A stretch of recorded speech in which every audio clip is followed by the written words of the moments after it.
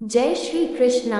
दोस्तों, किसी ने सच ही कहा है कि जब जब भक्त ने हृदय की गहराइयों से भगवान को पुकारा है, तब तब वो स्वयं दौड़े चले आते हैं। दोस्तों, आज की यह कहानी भक्त धन्ना जी की निष्कपट भक्ति और अटूट विश्वास को दर्शाती है, जिससे स्वयं भगवान श्री हरि को उनके लिए प्रकट होना पड़ा।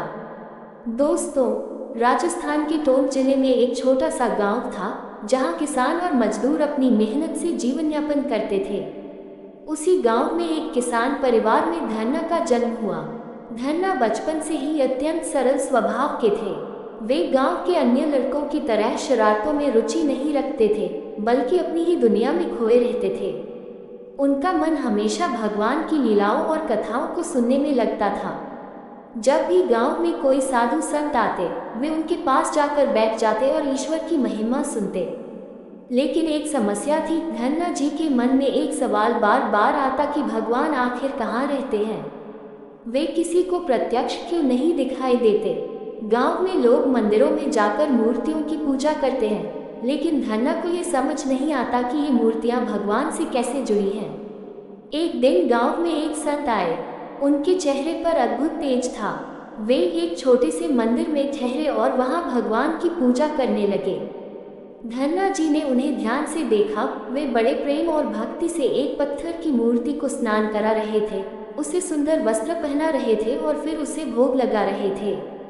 धन्ना से रहा नहीं गया।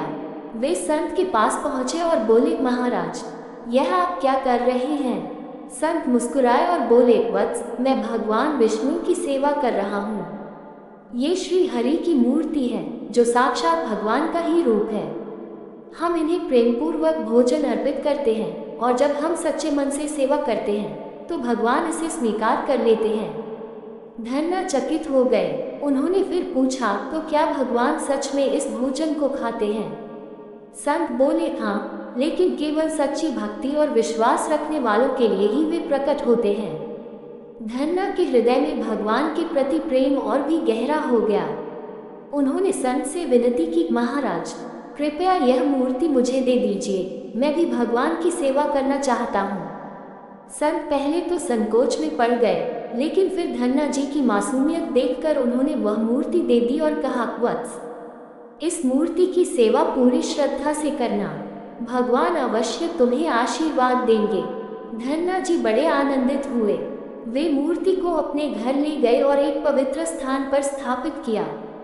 फिर उन्होंने बड़े प्रेम से अपने खेतों से ताज़ा गेहूं पीसकर रोटी बनाई, उस पर शुद्ध मक्खन लगाया और भगवान के सामने रख दिया। वे हाथ जोड़कर बोले, प्रभु, मैंने प्रेम से आपके लिए ये रोटी बनाई है, कृपया इसे स्वीकार करें। फिर वे बैठकर इंतजार करने लगे, लेकिन भगवान ने कुछ नहीं किया। समय बीतता गया, लेकिन धन्ना जी का विश्वास डर से मस नहीं हुआ। वे मूर्ति के सामने बैठ गए और बोले, हे प्रभु, मैं तब तक अन्न नहीं ग्रहण करूंगा जब तक आप स्वयं आकर इसे नहीं खाते। उनकी आंखों में विश्वास की ज्योति जल रही थी। वे पूरी रात बैठे रहे, लेकिन भगवान ने भोग स्वीकार नहीं किया। सुबह होते ही गांव के कुछ लोग उनके घर आए।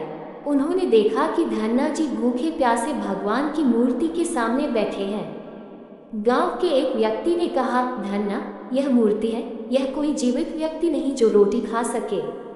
दूसरे व्यक्ति ने भी कहा, तू मूर्ख है, इस पत्थर के टुकड़े से कोई तेरा भोजन नहीं ग्रहण करेगा। लेकिन धन्ना जी अडिग रहे। वे बोले, भगवान ने संत महाराज को दर्शन दिए, वे भक्तों को आशीर्वाद देते हैं, तो मैं क्यों योग्य हूँ? मैंने अपनी आत्मा की पूरी सच्चाई से उन्हें पुकारा है और वे अवश्य आएंगे। गांव वाले हंसने लगे, लेकिन धन्ना जी टस से मस नहीं हुए। धन्ना जी की निष्कपट भक्ति से भगवान श्री हरि का हृदय पिघल गया। अचानक कमरे में एक दिव्य प्रकाश प्रकट हुआ। वातावरण सुगंधित हो गया और घंटियों की मधुर ध्वनि गूंजने लगी। धन्ना जी ने आंखें खोली तो देखा, साक्षात भगवान विष्णु उनके सामने खड़े थे, अपनी दिव्य मुस्कान के साथ। भगवान ने प्रेम पूर्वक कहा, वत्स, तुम्हारी श्रद्धा से मैं अत्यंत प्रसन्न हूँ। तुमने मुझे अपने हृदय से पुकारा और मैं आ गया। धन्ना जी भाव विह्वल हो गए। उन्होंने रोते हुए कहा, प्रभु, मैंने तो प्रेमवश आपको भोग लगाया था, क्या आप सच में इसे स्वीकार करेंगे? भगवान मुस्कुराए और प्रेम पूर्वक वह रोटी अपने करकमलों में लेकर खाने लगे। धन्ना जी आनंद में मग्न हो गए। भगवान ने आशीर्वाद देते हुए कहा, धन्ना, तुम्हारी भक्ति ने मुझे बाध्य कर दिया।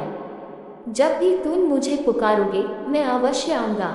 ये कहकर भगवान अंतर्धान हो गए, लेकिन उनके चरणों के निशान धन्ना जी के हृदय में सदा के लिए अंकित हो गए। दोस्तों, ये छोटी सी कहानी हमें बताती है कि भगवान को प्राप्त करने के लिए किसी जटिल प्रक्रिया की आवश्यकता नहीं होती, न ही उन्हें भव्य मंदिरों और महंगे भोग की दरकार होती है। केवल निष्कपट भक्ति और अटूट विश्वास से ही उन्हें पाया जा सकता है। जब प्रेम और श्रद्धा सच्ची होती है तो भगवान को स्वयं भक्त के पास आना पड़ता है। दोस्तों, जानकारी पसंद आई हो तो वीडियो को लाइक, शेयर और कमेंट में ओम नमः भगवते वासुदेवाय जरूर लिखिएगा और हमारे चैनल को सब्सक्राइब करना मत भूलिएगा। धन्यवाद। जय श्री कृष्ण। हरि हर।